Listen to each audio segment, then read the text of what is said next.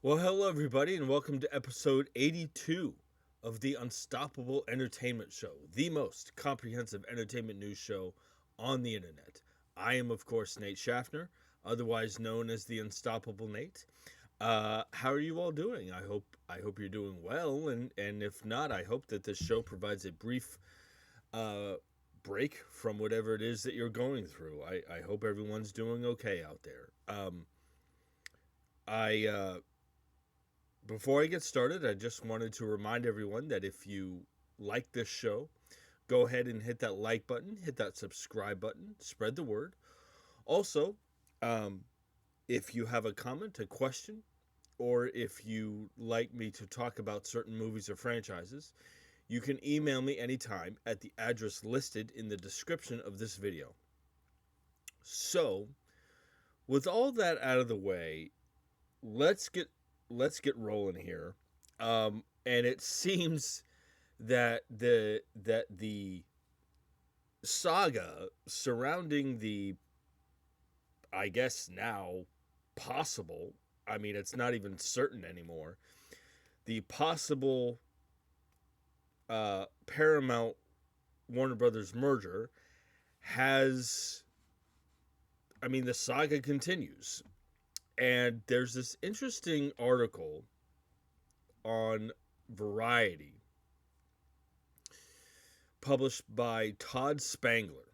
So the last time I talked about this, there the California and uh, so the 12 state attorneys general and the Writers Guild of America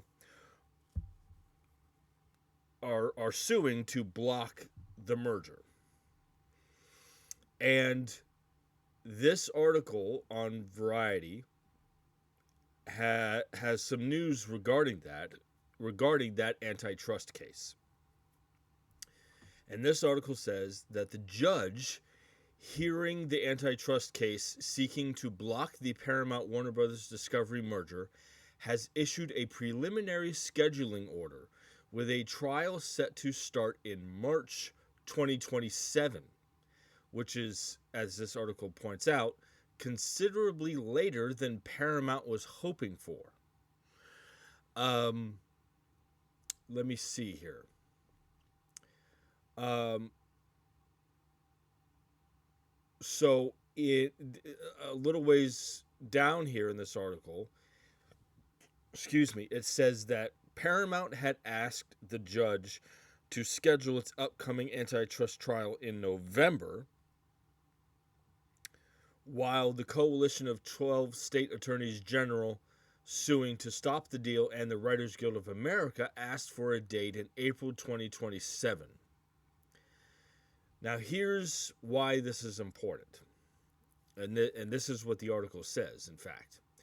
The scheduling of this trial matters for Paramount, which will begin accruing a ticking fee payable to Warner Brothers Discovery shareholders of $7 million per day starting October 1st until the deal is complete. Now, remember, I talked about that last time. Um, this deal, if this deal isn't closed by October, then Warner Brothers Discovery, then Paramount is going to owe these shareholders a considerable amount of money every 3 months. So the trial is scheduled to start roughly 5 months after October 1st, which means Paramount will be on the hook to pay around $1.3 billion to Warner Brothers Discovery shareholders by the time the trial is scheduled to conclude.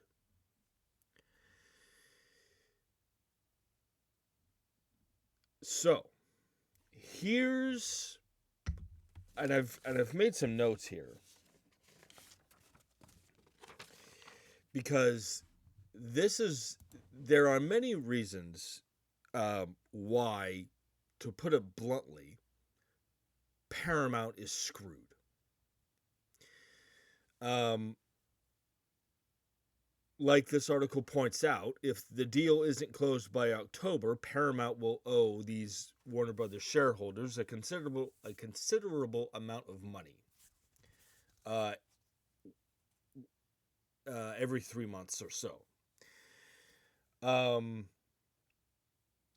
The other reason is that, and I believe I talked about this before, is that on June 4th, David Zaslav, who is the CEO over at Warner Brothers Discovery, David Zaslav can say the deal is off. He is contractually he has the right to terminate the merger and say the deal is off. And Paramount is, if David Zaslav does that, then Paramount is contractually obligated to essentially cut Warner Brothers a big fat check, like a breakup fee or a cancellation fee or whatever you want to call it. Now here's where it gets interesting. Because like this article points out, the trial isn't going to be until early to mid-March. And the judge will probably not make a decision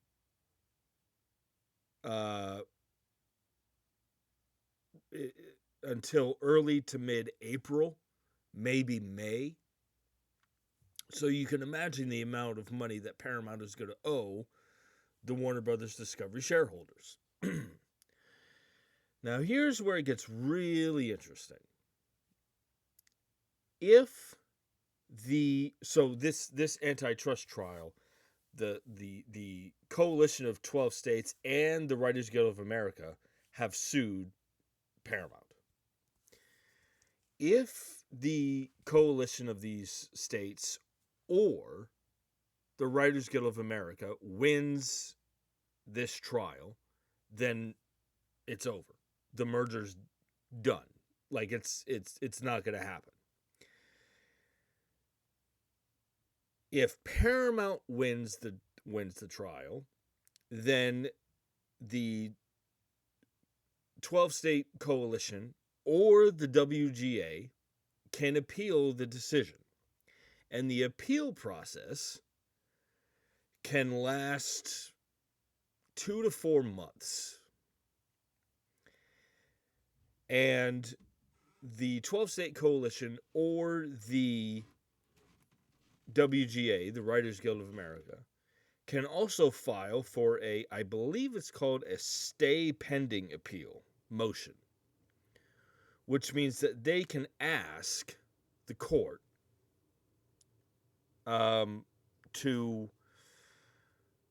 they can ask that Paramount not be allowed to go ahead with the merger until the appeal is done.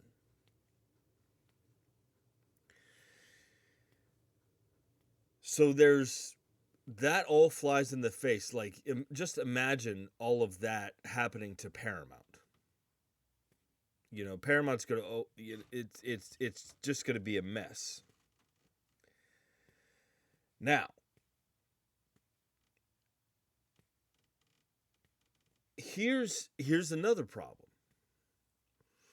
If, let's say that Paramount wins and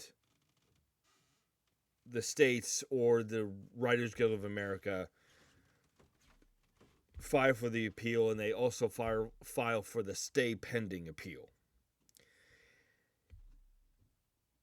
If the stay pending appeal, not the general appeal, but if the stay pending appeal is not granted, like if Paramount wins that specific appeal, they can go ahead and merge with Warner Brothers Discovery before the appeal is granted. Before the general appeal is granted. However, if, let's say that the states or the Writers Guild of America file for the general appeal, and as the appeal is being filed, Paramount and Warner Brothers Discovery merge. Okay? And after they merge, the general appeal is granted. That's going to be a whole big clusterfuck, because then Paramount would have to unmerge. Paramount and Warner Brothers Discovery would have to I believe in business terms, it's called unscrambling the eggs. And unmerging, they would have to undo everything that they've done. And that would be that would financially ruin Paramount. It would ruin them. It would be a Herculean task, and it would devastate Paramount. Now here's the other problem. If David Zaslav, who is the CEO over at Warner Brothers Discovery, if he doesn't exercise his right to, let's say it gets to be June 4th, and David Zaslav, if it gets to be June 4th, which is the date where David Zaslav can legally say, okay, deal's off, if he doesn't exercise his right to do that, the Warner Brothers shareholders can sue David Zaslav. So I hope that all made sense. So, as you could probably tell, this is getting to be a big fucking mess. And Paramount, there is and this article was published, I believe, let me see here. This article was published on August 4th. So as of August 4th, there is an extremely slim chance that Paramount and Warner Brothers are going to merge. Which I personally, if I had my way, I'd keep Paramount and Warner Brothers, and not have the merger. And it looks like there's a good chance of that happening. Like, of the merger not happening. Which I actually kind of like, because, and I'm going to get into it a little later, but the Ellisons over at Paramount seem to be acting like a bunch of cowards, like a couple of cowards. But I'll get into that later, because I want to talk about other stuff before that. But there seems to be, it seems to me that everybody at Paramount seems to be in denial about all of this. Like, oh no, we're fine. It'll be, we still think it's going to happen. Do you though? Are you sure?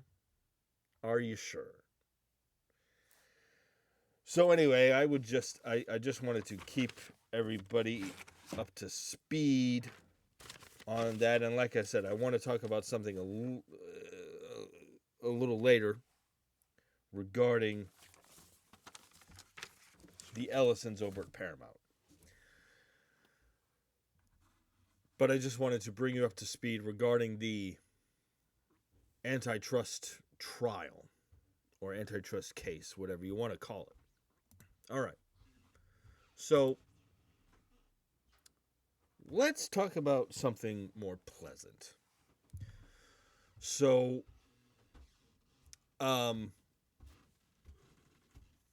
sorry, my eyes have been bothering me lately. Um,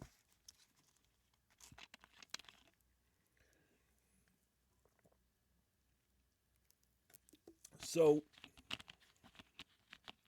for those who don't know, and if you don't know, you should know that one of my favorite genres is science fiction. I think science fiction is one of the genres where you can tell all kinds of stories, and um, I just love that you can do anything with science fiction. And if it's a science fiction story, you're gonna have my attention. I am a sci-fi junkie. Well, um, there's this new sci-fi kind of action movie coming with one of my favorite actors. Um, this article is on Deadline, published by Andreas Weissman. And this article says Oscar winner Russell Crowe and Priyanka Chopra Jonas, are set to star in the sci-fi action thriller Blue Fly. And this article goes on to talk about the movie a little bit. This article continues to say the synopsis reads: Deep in the Congo, a grieving UN translator is pulled onto a black ops mission to recover a downed aircraft that isn't supposed to exist. As a special operations team pushes upriver through militia-held territory, the recovery becomes a descent, and the closer they get to the craft, the clearer it becomes that they were never meant to bring it home. Awesome. This article does go on to say that the movie will be directed by Nimrod Antal. I believe that's how you pronounce it. He directed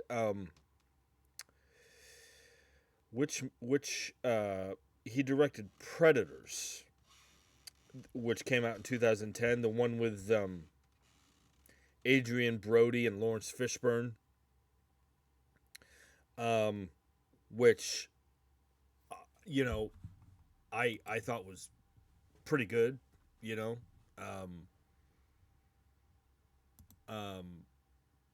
That movie kind of pleasantly surprised me, considering the quality of Predator movies that had come out before that. But Nimrod Antal will be directing this movie. Okay, there is something about, like, in terms of science fiction stories, you are immediately going to get my attention if part of the story revolves around something that isn't supposed to exist, whether it's a ship or a company or an aircraft or whatever. If somewhere in the story, oh, this aircraft isn't supposed to exist, you're I'm gonna be like, oh shit, like I'm just gonna be like glued either to the book or to the film or television show or whatever it is. I have an incredibly soft spot for um, things that, oh, this isn't supposed to exist. I love that. And they were never meant to bring it home, and it's just like this could cause all kinds of shit, and I love that. I love that. Like you recovered this aircraft, and you weren't supposed to find it. You were just why couldn't you just leave it alone? And now that you've fucked us all. I love that so much. I I am not too familiar with um the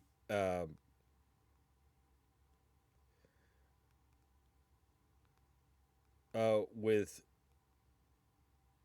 I'm sorry, hold on. I love Russell Crowe. I love Russell Crowe. Going all the way back to Gladiator and L.A. Confidential. He's one of my favorite actors. I'll watch anything, um, anything with him in it. I am not too familiar with Priyanka Chopra Jonas. I'm trying to think if I've seen her. Um, I'm not too. I know she's in that the TV series Citadel, which I've actually heard was pretty good. Um, she did play the grown up Sati in Matrix Resurrections. Um, I but I'm not. She was in the she was in the Baywatch movie with Dwayne the Rock Johnson, which um, it's it's terrible. That movie is terrible. Um, yeah. So, but other than that, I'm not too familiar with her. Um, but Russell Crowe uh, being in this movie is certainly going to he's awesome. At least I think so, and that's certainly going to get some attention. And then, like I said, I love this story. Um, this science fiction action. You know, the special ops team recovers this aircraft. This sounds great to me. Um, and the director of Predators directing this movie. Cool, sounds good. So jump in the comment section and let me know what you guys think about um, Blue Fly, starring Russell Crowe and Priyanka Chopra Jonas. Okay, so moving on here. Um, I've talked about this before, but we seem to be living in an age where, given the right creative people involved, video game to film or film or TV adaptations, if you get the right creative people involved, they can be really really good. Sonic the Hedgehog movies. The animated Super Mario Brothers movies are wildly successful. The Last of Us. Um, so for we seem to be living in the days where it's just like, oh, that was actually pretty good. Well, one of the movies that's coming, uh, that's based off of a video game, is The Legend of Zelda. There's going to be a Legend of Zelda movie that is going to be directed by a man by the name of Wes Ball, who directed the Maze Runner film trilogy, which I admittedly have not seen. He also directed Kingdom of the Planet of the Apes. Kingdom of the Planet of the Apes, which I fucking loved. I loved that movie. And Wes Ball has he's spoken about doing this movie, and he really is aiming for this to be he's really aiming for this to be, it seems like, a grand sweeping fantasy epic film, which I love. Like it seems to me that he's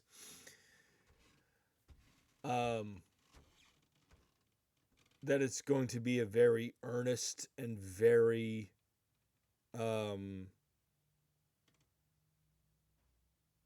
serious kind of, like, he's going to take it seriously, and which sounds great.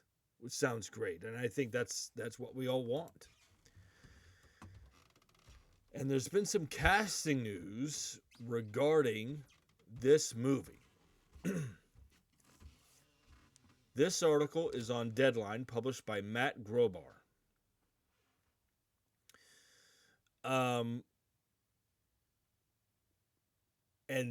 now this is interesting. So, and I'm going to attempt to pronounce this man's name correctly. Australian actor Uli Latukefu has landed a major role. He'll play the lead villain Ganondorf in The Legend of Zelda, Sony and Nintendo's live-action feature film based on the popular video game, sources have confirmed to Deadline. Ganondorf is a powerful warlock king driven to dominate protagonists Link and Princess Zelda's kingdom of Hyrule. We hear Latukefu inked a multi-picture deal here. That's interesting if that's true. That's interesting. Like, if the movie's successful,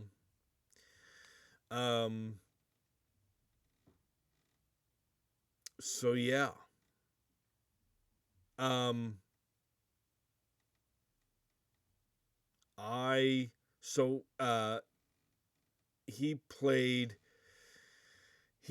There's the sitcom series Young Rock, and Uli Latukefu played The Rock. He played Dwayne Johnson. He was in Black Adam. He was in this movie that was directed by Taika Waititi called Next Goal Wins, which starred Michael Fassbender, I believe. I'm trying to think. Let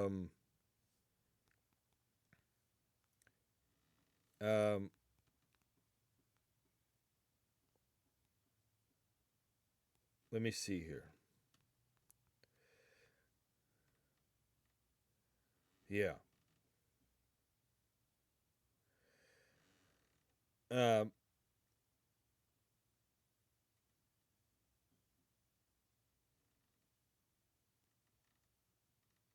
Yeah, he played the son of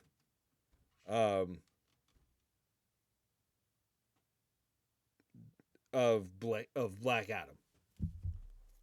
In Black Adam. He yeah. Let me see here if I know him from anything else.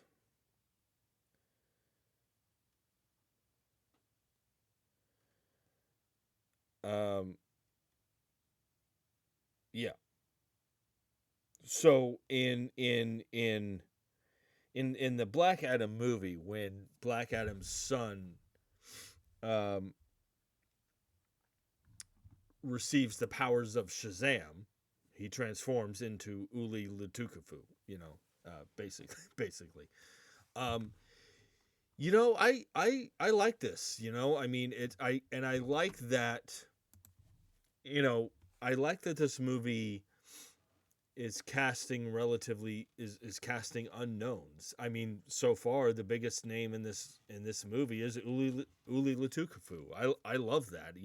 It's um I think that will cause I think casting unknowns is good because you see the character more than the actor. You know, um, um, not that that doesn't happen with well-known actors. It's just casting unknowns can also boost. If the movie is good, it can boost their career. I like this. I I haven't seen the Maze Runner film trilogy. I did see Kingdom of the Planet of the Apes, and I loved it. I loved it. Um, I hope this movie is good because it sounds good, and it sounds like the director Wes Ball is taking this material seriously. Material seriously. Um, I hope it's good because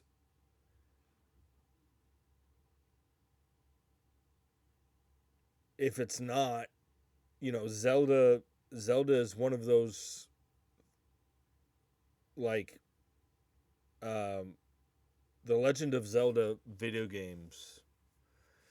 Much like, I mean, if this goes the way of, I mean, if this movie is not very good, fans will there could be there fans are gonna let the filmmakers know pretty damn quick if this movie doesn't live up to what it's supposed to be. Um, if this goes the way of the '93 Super Mario Brothers movie, and I don't think it will, but I mean, if this movie falls into infamy, um, I just hope it's good. I just hope it's good. Um, but anyway, so jump in the comment section and let me know your thoughts on Uli Lutukafu playing Ganondorf.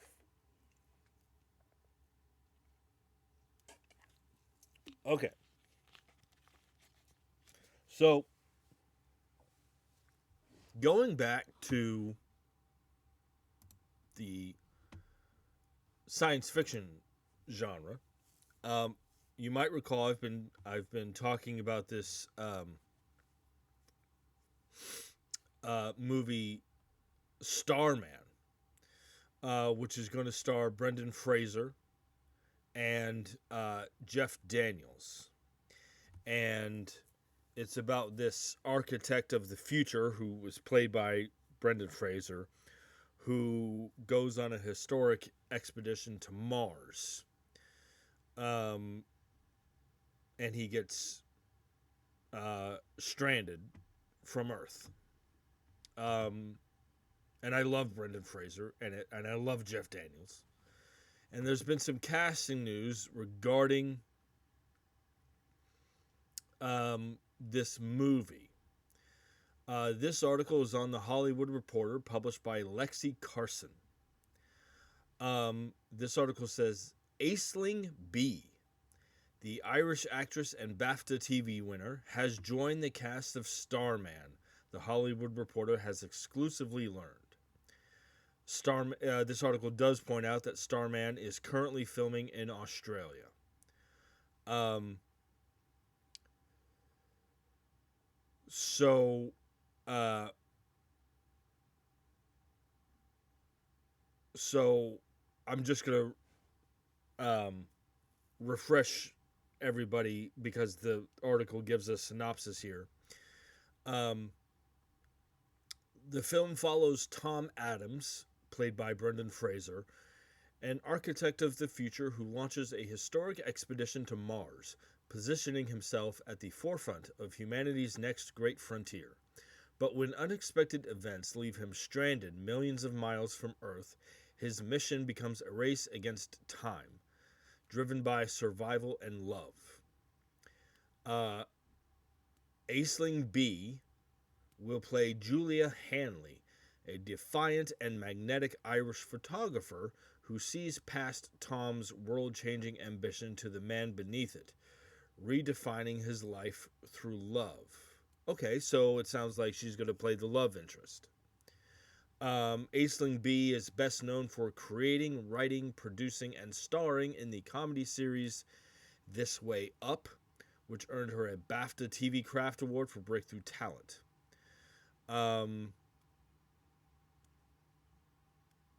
She starred in Getaway with Nick Frost. And I am not familiar with... I haven't seen anything that Aisling B has been in.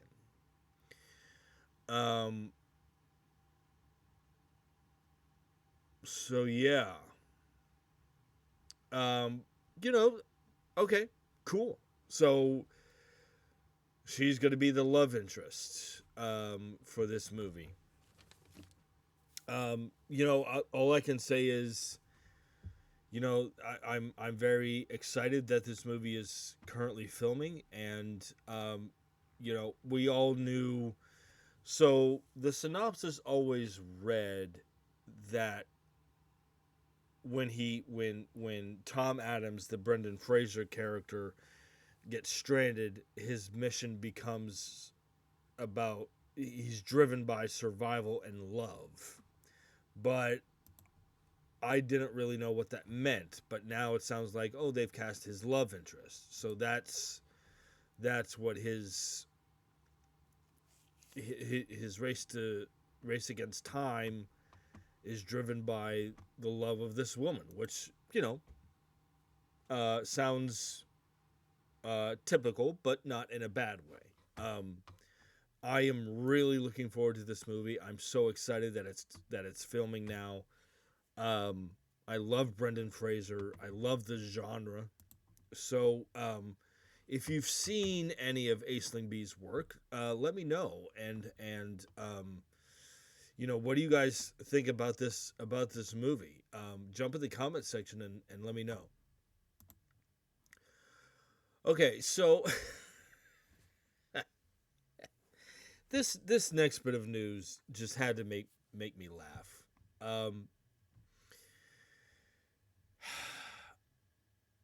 So it seems one of the I'm a huge Star Wars fan. Every film fan has their favorite franchises or favorite movies, and mine is Star Wars. I'm a Star Wars fanatic. However, ever since Disney has taken a hold, ever since Disney bought Lucasfilm, and for the record, every movie that's been released, every Star Wars movie that's been released under the Disney banner, except for Rise of Skywalker, I've thought was either good or great. I hated Rise of Skywalker. But other than that, every other film or TV show that Disney has produced, every other Star Wars film or TV show that Disney has done, yes, even The Acolyte, I've either liked or loved. However, I will admit, and I guess it's no secret now that one of the infuriating things that Disney has done with Star Wars is made announcements for films or shows and then canceled them. You know, they've announced, I can't even begin to make a list, but I think there was going to be, oh god, there was going to be this. I'm not even going to start.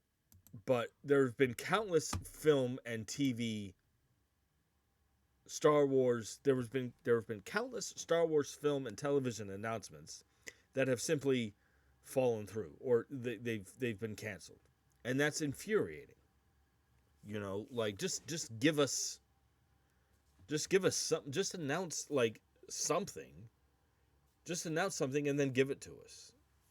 And it's infuriating because one of the reasons these announcements, and then one of the reasons they announce these things and then they get canceled, is that for some reason they can't seem to, the people over at Lucasfilm can't seem to get on the same page, as the same creative page as the directors. And I'm just like, shouldn't you have figured this out beforehand? But anyway,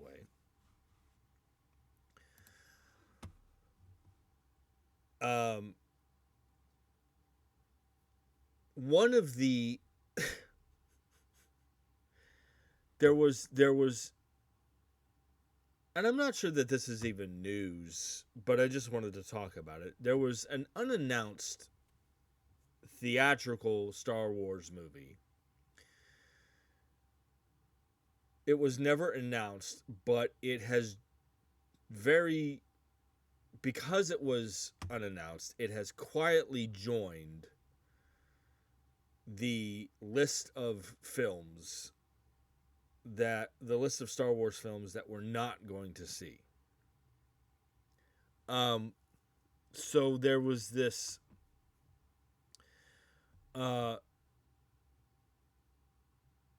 director by the name of Paul King, who directed Paddington. He directed Wonka. Both of, I love those Paddington movies. Wonka was great with Timothée Chalamet. And he was working on a Star Wars movie with a screenwriter by the name of Simon Farnaby. This article is on Collider, published by Chris McPherson. This article says, screenwriter Simon Farnaby has confirmed that he and Paddington and Wonka director Paul King were developing a Star Wars movie for Disney and Lucasfilm before the project was ultimately scrapped when Disney decided it wasn't for them.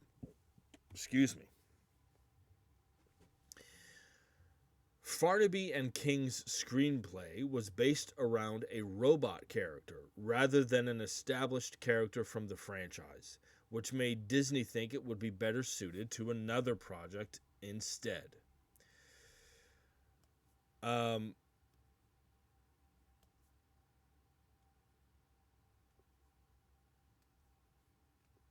So this was prior. I guess they were working on this prior to, they collaborated together on Wonka. So this was prior to that. Simon Farnaby, there's a quote here. Simon Farnaby says, they were like, we really need it to be a Star Wars movie, which is probably why it didn't get turned into a Star Wars movie. But we never really nailed it. Disney basically said, it's not right for Star Wars, but do you want to rework it as a sci-fi film? So we're working on that now. Okay.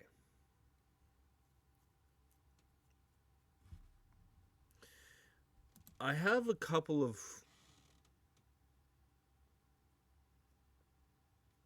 questions. Okay, first of all, let me just say this.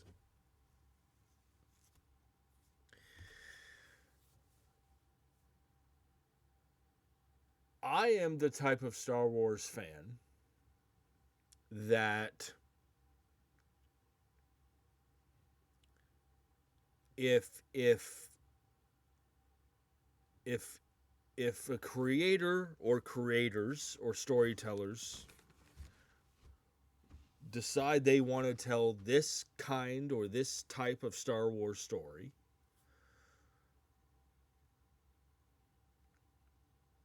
I am down for that. You know, if you decide that you want to tell a uh,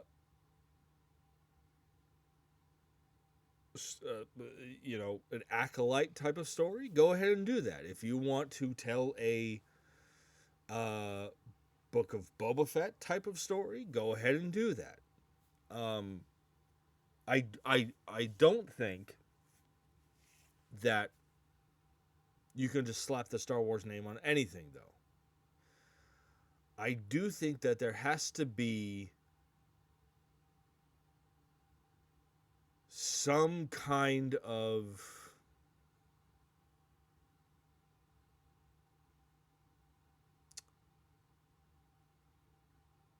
tether, some kind of storytelling tether that connects it to the Star Wars universe. Um, I think Rogue One is a great example of that. I think Rogue One is um, the Star Wars version, and not that this is a bad thing, but I think Rogue One is like it's like the Star Wars version of Dirty Dozen. And I love that. I love that.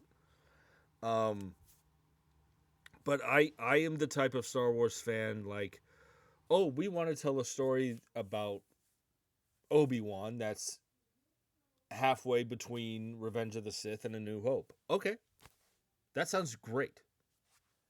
Oh, we want to tell a story about Darth Maul a year after the Empire was formed. Okay, awesome. I am down for that. Um,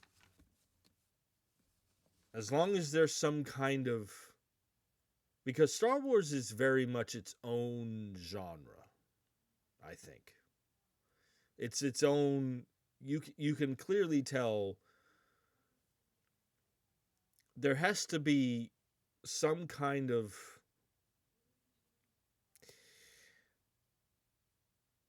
there has to be some kind of um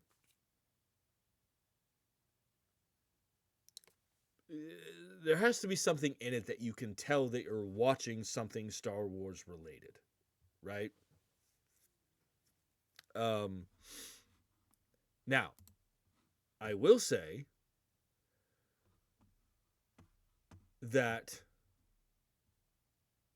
this screenplay that was based around a robot character rather than an established character from the franchise. Okay, that sounds interesting to me. As long as, okay, you may not have an established character from the franchise in the movie. That's fine. Can I tell that it's a Star Wars movie by watching it? That would be my thing. Is like is like I recently watched the Star Wars Skeleton Crew streaming series on Disney Plus. That show is awesome. That show is awesome. And it feels like Star Wars. And it has no establishing characters. Like, it references Star Wars events, but there's no established characters from previous. There's no established characters from the franchise in it. But you can tell it's a Star Wars show.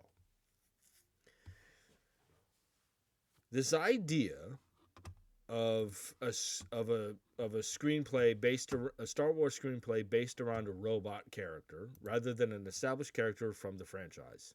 Okay, so you're going to tell a Star Wars version of WALL-E, the Pixar movie WALL-E. You're going to do a Star Wars WALL-E.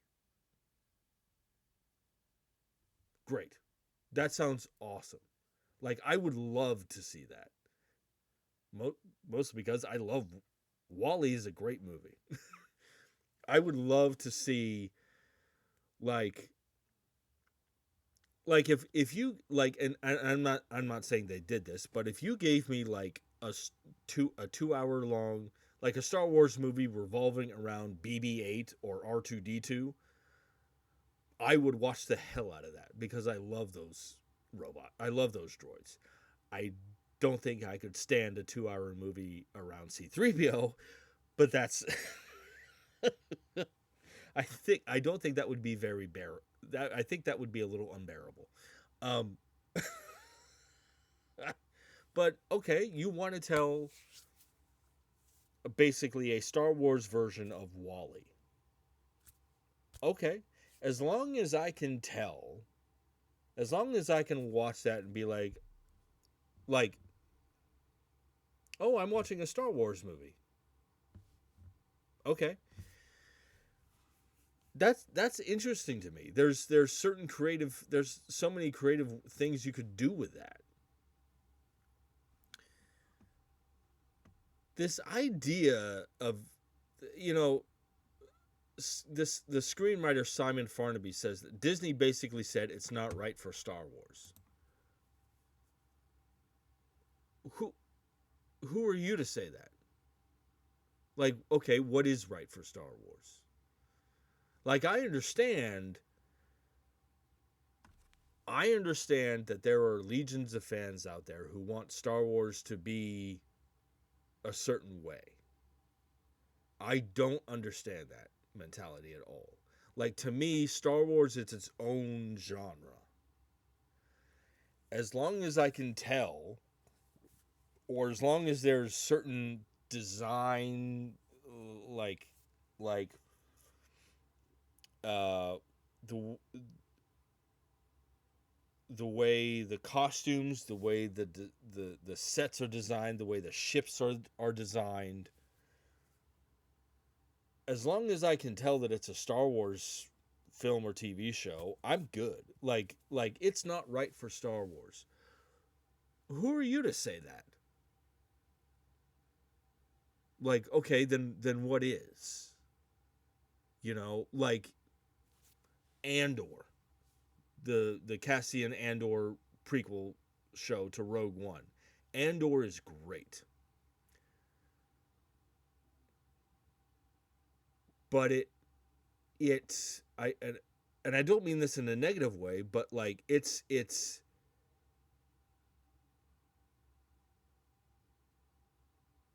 a Star Wars show, but it's Star Wars for it. It's a politically. The plot is and the story is very political, but you can also tell it's a Star Wars show. And that's what's interesting to me is that Star Wars is its own genre, but at the same time it can be so many things. Like, you could have a show like Andor, but at the same time you could have a show like Maul Shadow Lord, or you can have like a Rogue One movie. It's its own genre, but at the same time you can be so many things. It's not right for Star Wars. Are you sure? Are you sure? Because,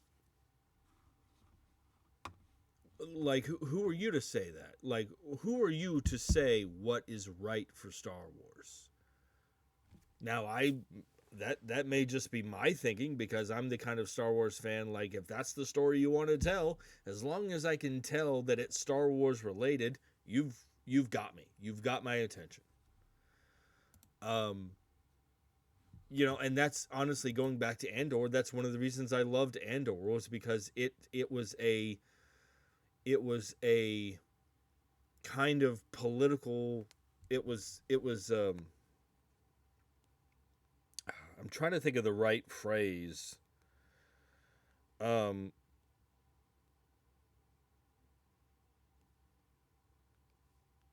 um,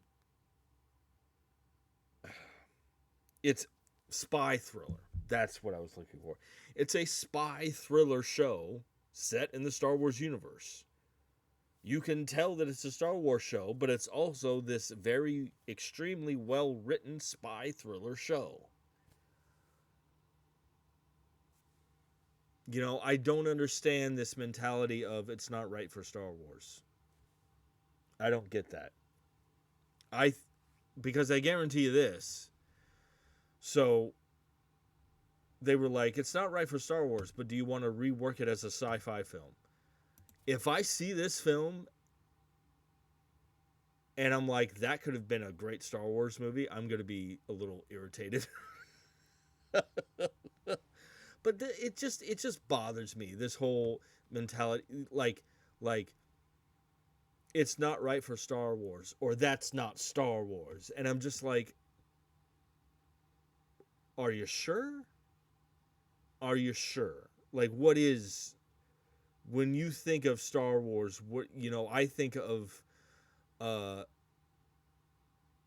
fantasy escapism. There are certain, I you know there are certain things that you expect to see in something Star Wars related. Sure, there are certain kinds of things that you expect to see. I understand that, but at the same time, it's just like, when you have a show like Andor, or when you have you especially if you look at Andor, you realize that Star Wars can be a spy thriller, but it can also be Star Wars. Anyway, I've repeated myself. This whole idea of, like, oh, it's not right for Star Wars, and that's not Star Wars. Like, I don't understand that. I'm sorry if I went off. Um, I know I repeated myself a couple of times. I just thought that this screenplay about a robot character, that sounds interesting. That sounded interesting. I would have liked to have seen that. But anyway, maybe I'm wrong. Maybe I'm uh, I don't know. Jump in the comment section and let me know what you guys think about this. Excuse me just a second.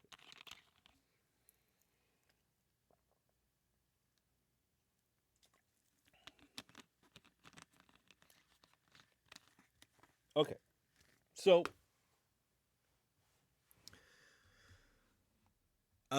one of the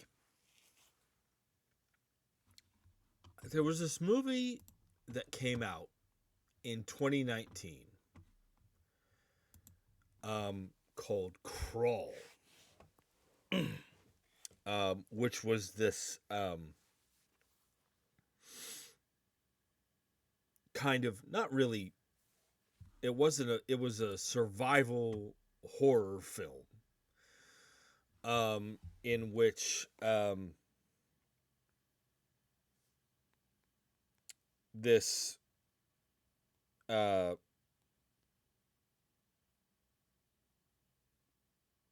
father and daughter are preyed upon by alligators in their home during a category 4, category 5 hurricane in Florida. And it was directed by Alexandra Aja, who also directed uh, um, the 2006 version of The Hills Have Eyes. But it w- I have heard that the movie's great. I haven't watched it. I've seen the trailer, and I'm like, okay, alligators eating people during a hurricane. You have my attention. um, I've seen the trailers, and it looked great. I've heard it's great. Um, uh, and it was a critical and uh, financial success. It was produced by Sam Raimi. It's called Crawl. Well,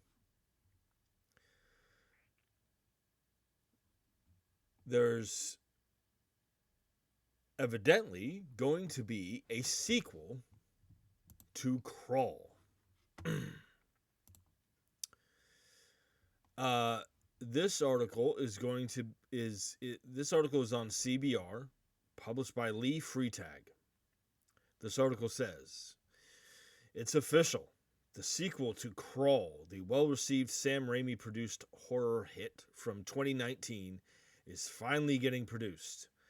The new leads for the survival sequel have been announced ahead of its production start date. Mason Gooding and Emily Rudd will star in the untitled Crawl sequel, according to The Hollywood Reporter. Now, Mason Gooding is known for being in the last 3 Scream movies. Emily Rudd was on the. She's the female lead uh, in the Netflix live action adaptation of One Piece. Now, this article does point out that um, let me just read this article here.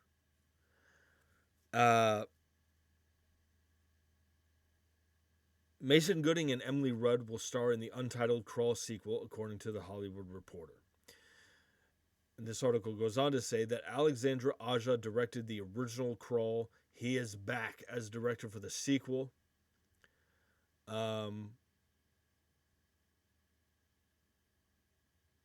Crawl 2 will enter production later this month in Hungary. The European country will serve as a stand-in for New York, where the sequel will take place, that's interesting. Gooding and Rudd's characters will be dealing with gators who have taken to the streets and sewers after a hurricane hits the Big Apple.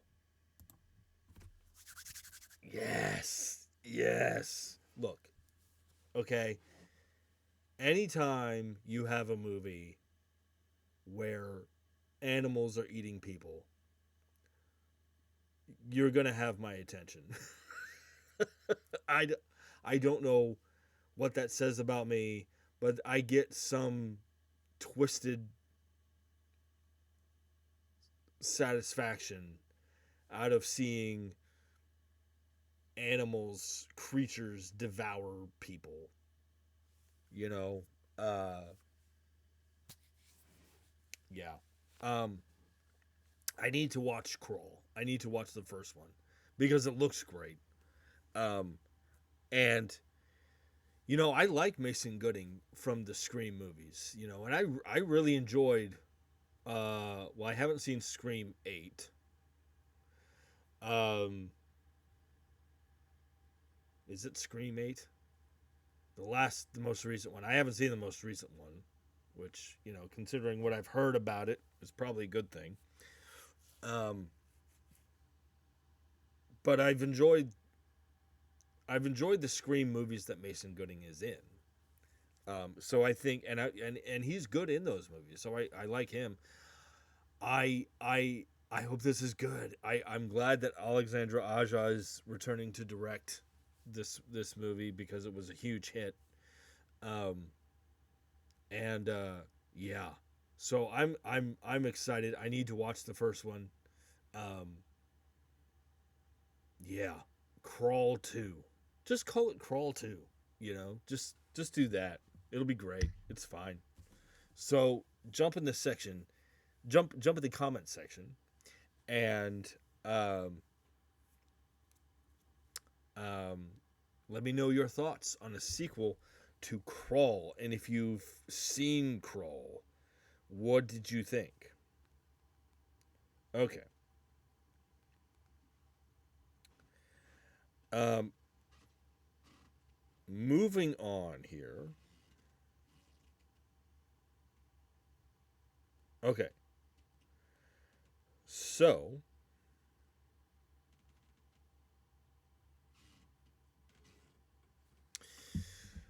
let me see here. Where was I? Okay. So, one of the, I'm a big fan of this. And I talk about this frequently, but I'm a big fan of this whole Godzilla MonsterVerse franchise. I have not seen Godzilla and Kong: The New Empire. I have not seen that one. And there's also been this uh, Monarch Legacy of Monsters prequel show, which is on Apple TV. That is it takes place 1 year after the 2014 Godzilla movie. Now, there's going to be a spin-off of that show. And it's going to be, it's going to center on Colonel Lee Shaw, and Wyatt Russell is returning, and it's going to take place in Russia in 1984, and it's going to be about preventing the Soviets from releasing a Titan that could change the Cold War, which sounds really cool.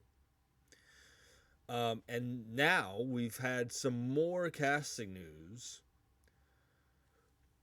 regarding that prequel show. So it's going to be the prequel to the prequel. There's this article on MovieWeb published by Richard Nebens, or Nebens. I hope I'm pronouncing that correctly.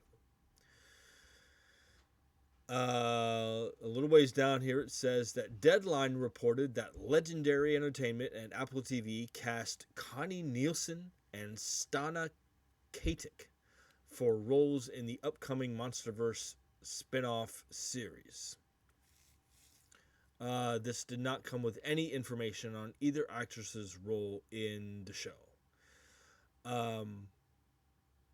Now, I like Connie Nielsen. I am not familiar with now Stana Katic or Katic. Stana Katic. She was in the TV show Castle with Nathan Fillion. That's her most notable career highlight, I guess you could say. I really like Connie Nielsen. Connie Nielsen was in both Wonder Woman movies as Hippolyta. She was in both Gladiator movies as Lucilla, and I loved her character I haven't seen Gladiator 2, but I loved the character of Lucilla from the original Gladiator. And Connie Nielsen was also, and this is a movie that I really want to see, and I haven't watched it. She was also in um, this movie with Bob Odenkirk called Nobody, which I've watched the trailer for, and it looks awesome. It looks awesome. So Connie Nielsen was in that, and I really like her. So you're gonna have Connie Nielsen and Stana Katic in this TV show with Wyatt Russell, Millie Brady, and Pilu Asbayek. Pilu Asbayek was on Game of Thrones. Um, this idea. I mean, I like this cast and this idea of, you know, the Soviets preventing the Soviets from releasing a Titan that could change the course of the Cold War. That's really cool. That's a really interesting concept. I love that. I have not watched Monarch: Legacy of Monsters. I've heard good things about it, and I love Kurt Russell. I love Kurt Russell. Um, I'm a big fan. But I have not watched Monarch: Legacy of Monsters. Maybe I should. Um, isn't it only in its second season though? That anyway. But I like this cast and I like this concept. So jump in the comments section and let me know what you guys think about a Monarch: Legacy of Monsters prequel or spin-off show about stopping the Soviets from releasing a Titan that could change the course of the Cold War. What do you guys think about that? Okay. Moving on here. Um, you know, one of my favorite actors um ever, and certainly one of the all-time greats, is Denzel Washington. Um, the first movie I ever saw him in was Ricochet. I love Ricochet so much. Um, I, you know, it has John Lithgow was so good in that movie. I love Ricochet. Um, and I just he's one of these actors that um is very, at least to me, one of my favorite actors, and certainly one of the all-time greats, and somebody who's very, I guess, in inspiring to watch. He makes, and I know that it's not, but watching him makes acting look easy. You know, it's and I know that it's not, uh, but it's just it's very, like I'll he's like I said, he's one of the greats. Um, and I know that he's talked recently about um um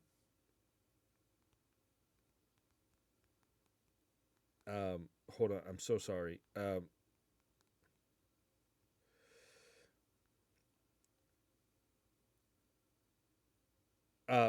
He's talked about retiring soon. Like he he has like a handful of upcoming projects that he's involved in, and then stepping away, which he deserves. He deserves, absolutely. Um, and he's, another. he's got this upcoming heist movie at Netflix, which um,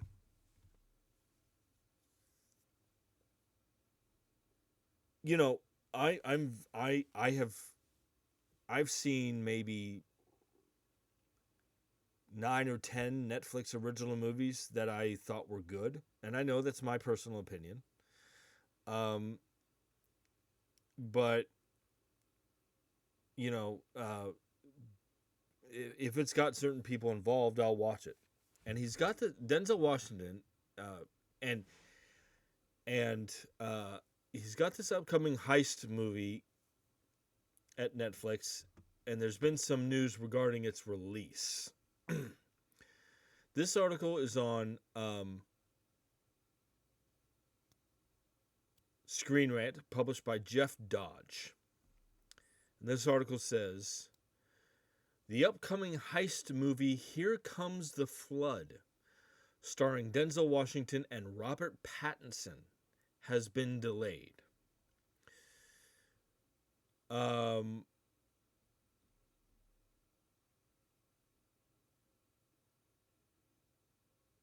this article says that Variety reports that instead of being released in 2026, Here Comes the Flood is expected to arrive on Netflix in 2027. However, a specific date has not been officially announced just yet. Daisy Edgar Jones, Denai Guerrera, Sean Harris, Moises Arias, and Justin Kirk star alongside Washington and Pattinson in the film. Directed by Fernando Mireles or Mireles. I'm sorry, I'm mispronouncing it. Who directed The Two Popes? The thriller centers on a thief, a bank guard, and a teller. As plans for a heist get underway, double crosses and a game of cons threaten to unravel the entire ordeal. Great. Great. I love when heist movies, I love when something goes wrong. You know what I mean? Like I love when the heist doesn't go as planned and shit hits the fan. Um, Robert Pattinson. Let me tell you something about Robert Pattinson. I believe, and this is my own personal thoughts on Robert Pattinson. I believe that if you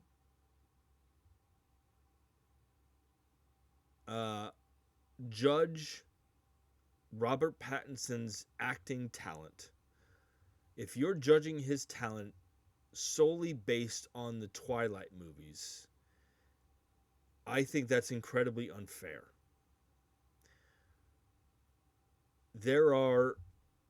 He's done a lot of great work since Twilight, some of which I've seen and most of which I need to see. But so it may seem a little odd that I'm saying that, but I there are a number of films that I have seen him in post Twilight that he's been very, very good in. Let me just look up some of the films that I've seen him in.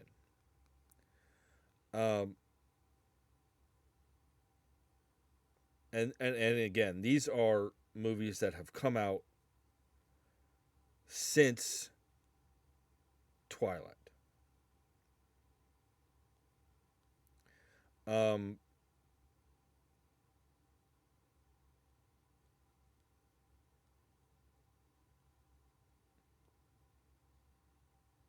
you know,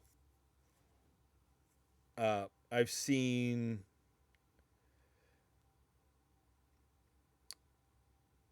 uh, High Life. High Life is great.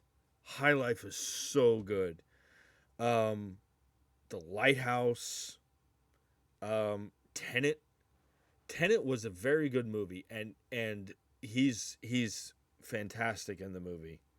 Obviously, his Batman is awesome. His Batman is great. Um, my wife and I saw Mickey 17, and he's great in that. He did most recently the movie with Zendaya. You know, he did that movie, The Drama. And that movie's great, and he's great. Obviously, you know, him being in the Odyssey. Um, he's going to play Scytale in Dune Part 3, which I'm very much looking for. I'm deliriously excited for that. He's got this new movie called Prime Time. He plays Chris Hansen, and it's about um it's um Chris Hansen, the host of To Catch a Predator. It looks fantastic. And now there are a couple movies that I do need to see that he's been in. I need to see um, Good Time. I need to see The Rover. I need to see The Lost City of Z. And there's this movie that he did with that was directed by David Cronenberg, who I'm a huge fan of, and it was called Cosmopolis. Um, and um, I've heard pretty good things about it. Again, basically what I'm saying is that if you're not watching movies with Robert Pattinson in it because Robert Pattinson was in Twilight, that I think that's incredibly unfair. I think with Twilight he did the best he could with the material that he was given. But I think he's done some exceptional work since then. And oh, I can't wait for Batman Part 2. I want that movie right now. So Denzel Washington co-starring with Robert Pattinson. That's a very interesting pairing, and I'm very curious to see that the two of them working together. I'm very interested in seeing that. Now this movie, Here Comes the Flood. Um,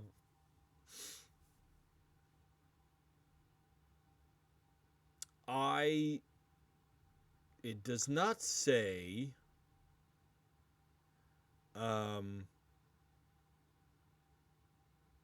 so that movie Primetime is a biopic about the host of To Catch a Predator. Um so uh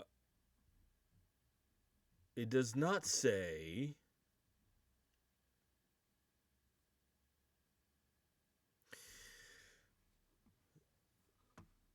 this article does not give a specific reason why the movie has been delayed, but it's possible that they could be setting it up for an awards season campaign, you know. Uh so that's possible. Um but yeah, heist movie gone wrong. That sounds absolutely fantastic. Denzel Washington and Robert Pattinson. Sign me up. Okay. Jump in the comment section and let me know your thoughts on that. All right. Well, I said that I was going to talk more about this whole Paramount Warner Brothers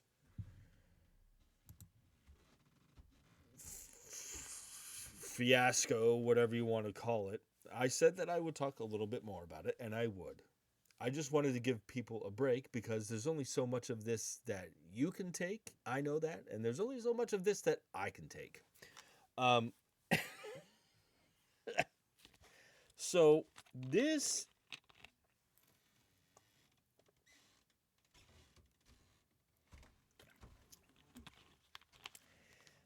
is a little.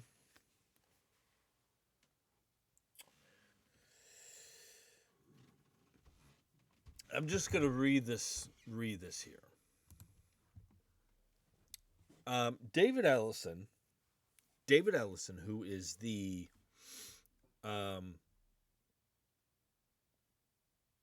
CEO um, at um, Paramount Skydance. He has resorted to some interesting tactics regarding this Paramount Warner Brothers merger. This article is on Variety, published by Todd Spangler.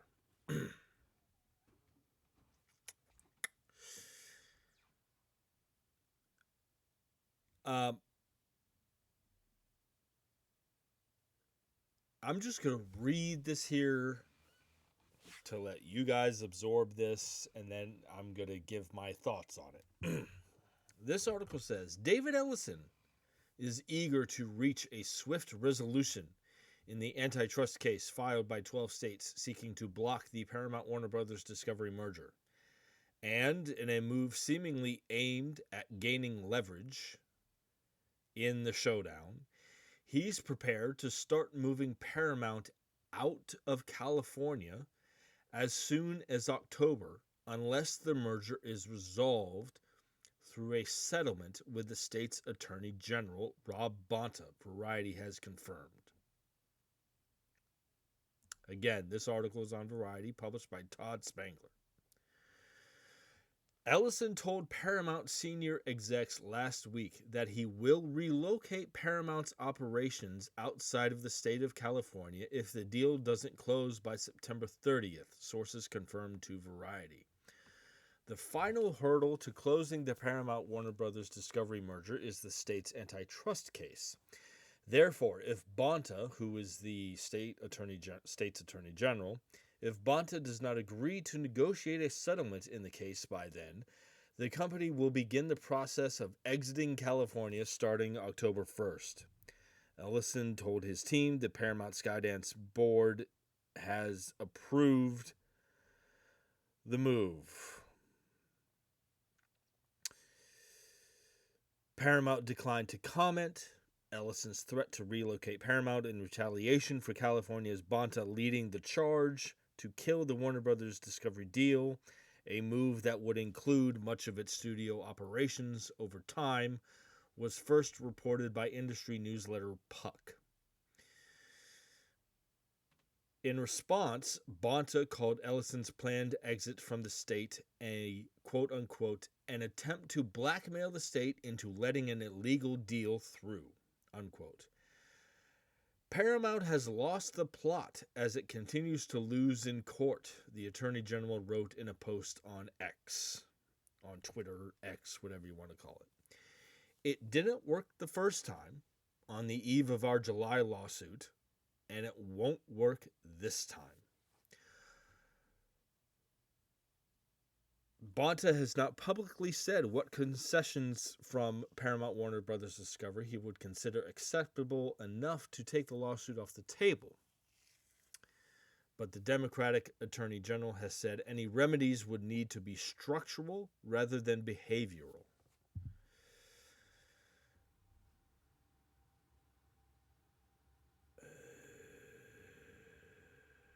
Okay. So, basically, yeah.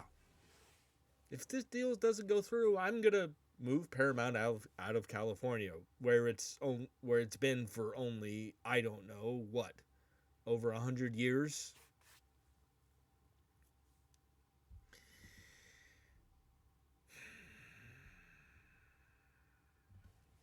I Here's the thing.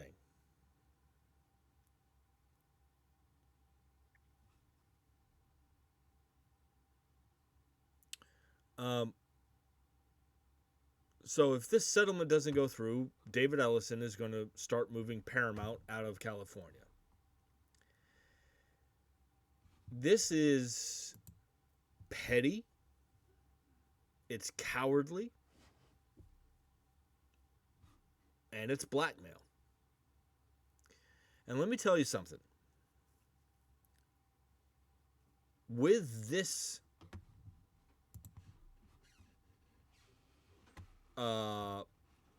threat, by David Ellison, when David Ellison says something like this, he is letting the film industry know exactly what he thinks of it. He is telling everybody at Paramount what he thinks of them. It's all about me, is what David Ellison is saying. And I'll do whatever I want with this company to get what I want. That's what he's saying. And I'll tell you something else. If David Ellison, who is, again, the CEO over at Paramount Skydance, if David Ellison thought, because he's been saying publicly, oh, the law and the facts are on our side. We have every faith that this antitrust case is going to go our way, blah, blah, blah, blah, blah. Let me tell you something. If he really thought that, he wouldn't be saying this bullshit. He wouldn't be saying this. If he really thought that the law and the facts were on his side, he wouldn't be saying this. And I'll tell you something else.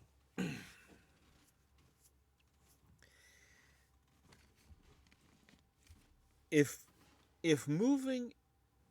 he thought, because it said, the other thing that he's saying when he says this is that he thinks that moving Paramount out of California would be best for Paramount. If he really thought that, he would have done it already. You know, what's that? What's that line from that part at the beginning of Titanic where Rose is about to jump off the ship, and Jack Dawson is like, "No, you won't." And she's like, "What do you mean, no, I won't?" And he's like, "Well, you would have done it already, you know." If you really thought, if you really think that this is what's best for Paramount, you would have done it already. And again, if you really thought that the law and the facts were on your side, you wouldn't resort to blackmail, because that's exactly what this is. And I'll tell you something else. And by the way, for the record,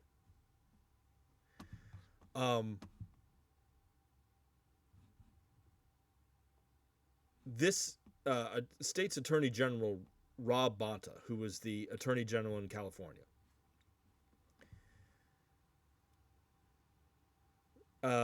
David Ellison is prepared to start moving Paramount out of California as soon as October, unless the merger is resolved through a settlement with the state's Attorney General, Rob Bonta. By the way, Rob Bonta has, again, publicly said, we're perfectly willing to sit down and negotiate a settlement. You, David Ellison, are just not bringing anything to the table worth negotiating over. Like you're not willing to make, you're not bringing anything to the table that is that you're just not making it worth it. We're willing to talk with you. We're willing to listen if if you're willing to uh make certain changes or do whatever so that everybody wins, but you're not willing to do that.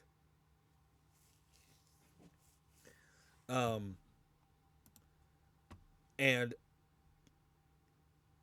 I, by the way, and I also want to say I love Rob Bonta's uh, response to this. Um, you know, it didn't work the first time, and it won't work this time. I love that. Like this isn't gonna change anything.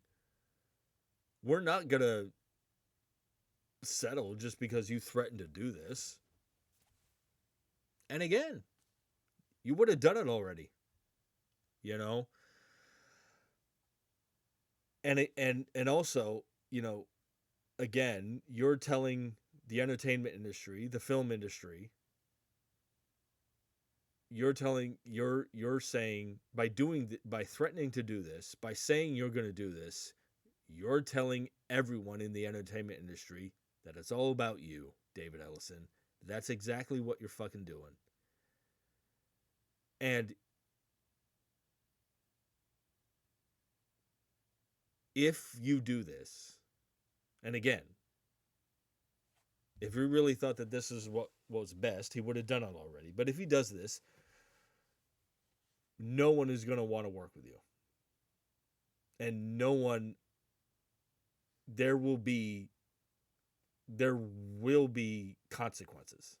I don't know what consequence, I don't know what they will be, but there will be consequences to these actions if he does this.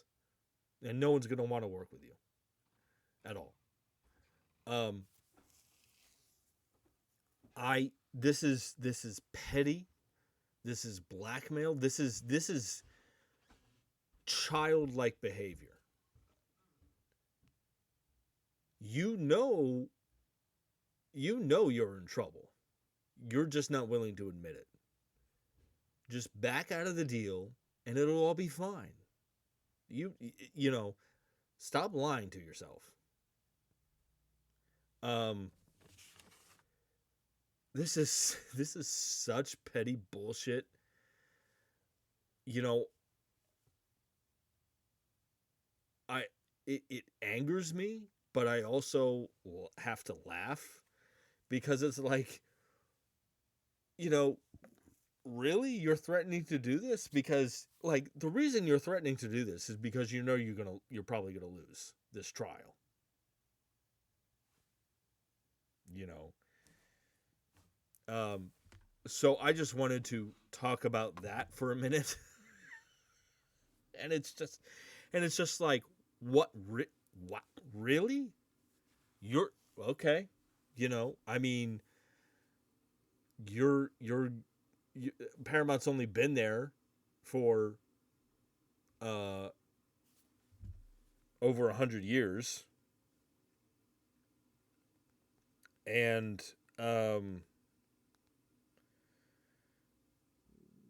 you know, it's only, let me see here. It's only, yeah.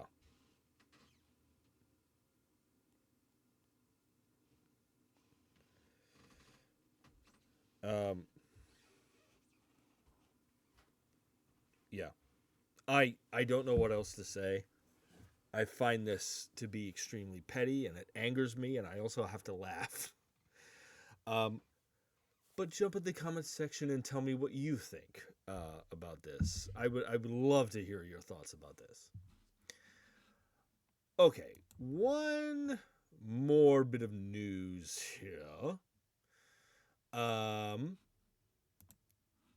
Okay, so I talked before about the like lately it seems that we're getting like these video game to film and TV adaptations have we seem to be living in an age now where they can be pretty good, right? Well, we're getting we're getting one that seems really interesting. Um, this article is on Deadline, published by Andreas Weissman. Um, this article says that Hollywood vet Joe Roth, the former Fox and Disney chairman, and his producing partner Jeff Kirschenbaum are partnering with writers Corey Todd Hughes and Adrian Speckert to develop a feature adaptation of digital horror game Scary Teacher. Based on the hit franchise created by Z&K Games, Scary Teacher has billions of views across various YouTube channels. Centered on the character Miss T, an intimidating teacher who terrorizes students Nick and Tanny, the game combines horror, comedy, and stealth gameplay as players infiltrate Miss T's house, avoid her traps, and devise elaborate pranks while uncovering the secrets hidden inside her home. That sounds actually pretty cool. You know, this uh, teacher who terrorizes these students, uh, and then now the students infiltrate her house. that actually that actually sounds really really interesting. Um, yeah, that's I'd kind of I'd kind of like to see a movie about that. And I'm sure, not that I'm condoning this kind of behavior. I had a couple of teachers, as I'm sure everybody did, that you just they just drive you. There's nothing you can do to please them. You're just going to be on their shit list for the entire school year. There's nothing you can do about it, and it's just frustrating. Not that I condone sneaking, breaking in and sneaking around their house, but sometimes you just get that teacher, and I've had them. Sometimes you just get that teacher that just they follow you everywhere, and it's just I feel like this movie is going to be a creative outlet for those kinds of for anybody who experienced that. If you've experienced if you've experienced this from any of your teachers, I'm sure you will love this movie. This actually sounds really funny and really um kind of dark comedy horror kind of thing. This sounds really interesting. I am not familiar with this game, but the concept sounds really interesting.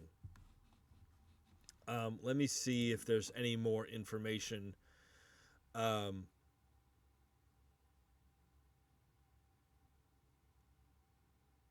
well, yeah, and uh, yeah. So I just wanted to talk about that for a second. Um, yeah. Um, so jump in the comment section and let me know what you guys think about this. Well, that will about do it for this show, this episode, and I will be back next week, um, with plenty to talk about. Katie and I are finally going to see Spider-Man: Brand New Day. It just crossed the $2 billion mark, which is crazy. It's crazy. I think it's like now the number 8 highest grossing movie of all time worldwide, which is bonkers to think about. But we're finally going to go see that on Sunday. We're also interested. There's this movie that came out this weekend called The End of Oak Street, which is this kind of science fiction survival movie.